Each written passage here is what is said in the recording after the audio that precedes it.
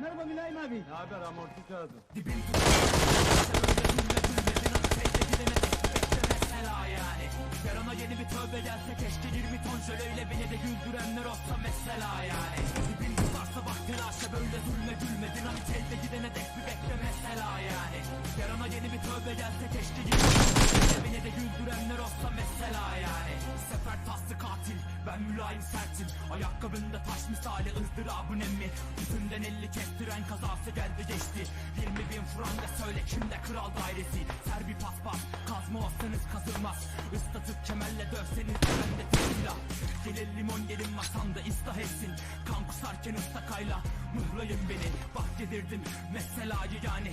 O gafti erkek ağzı burada anca sinek pisliği. Ağzını alınıp da kendi